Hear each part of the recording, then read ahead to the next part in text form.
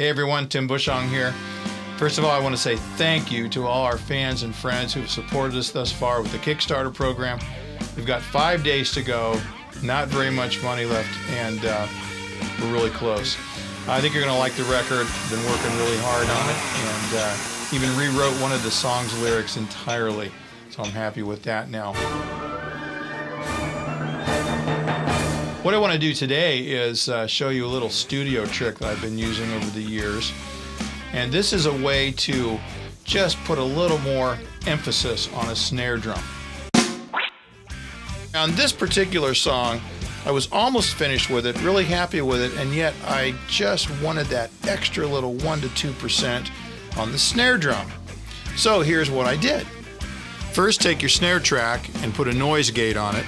Set a fairly fast attack time and a medium release time. You want the snare to come through, no hat, no kick, no nothing else. Then send that signal out to where your drum kit is. I'm using a PV 4-channel PA head running into an old monitor, which is situated right underneath the snare drum. I put a towel over the high frequency driver. What we're going for is some overtones of a different snare so that it beefs up the existing snare without messing with its tonal integrity. So here's the original snare sound by itself, no noise gate, just a little bit of EQ and compression. Here we go.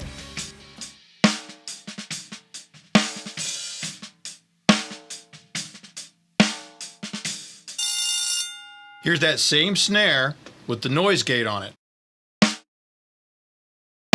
No hat. And here's what the actual drum sounds like as it's being fed into the new snare. Here's what it sounds like in the room.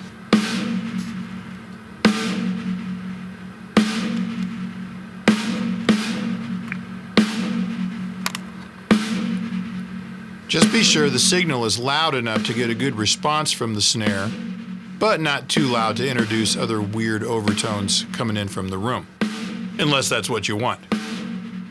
So now let's listen to it in the mix. Here's a sample of the last chorus of the song played with just the original snare track.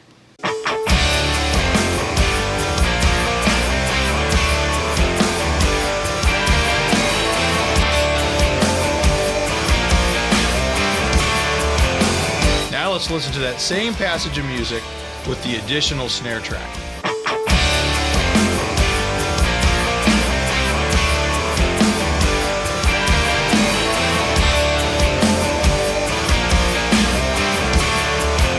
Yeah, I like that.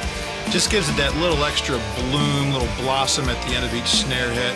Especially makes a difference with all the vocals in. Wait till you hear those, they're pretty thick.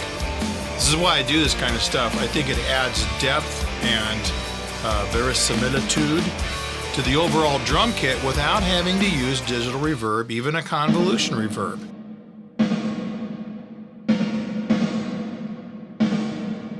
I find that I overdo that sometimes, and I have to be careful because when you master a track, all of that background ambience comes to the fore. So I found that if you can use an organic source rather than a digital source, it really pays off in the end.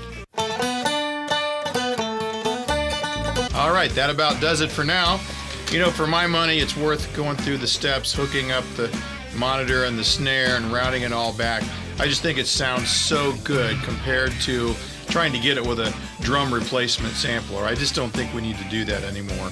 I'm a big fan of organic. Speaking of organic, Heidi just brought me supper. It's chicken, steamed broccoli, and as Nick Nolte might say, trying to watch the carbs.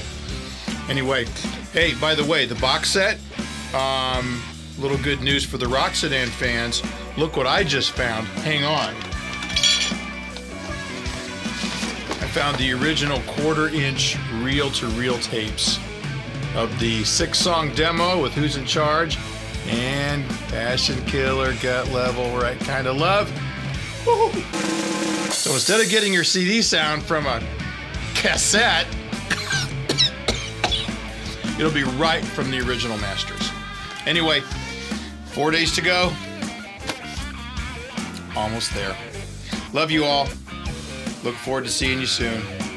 This is Grandpa saying bye-bye.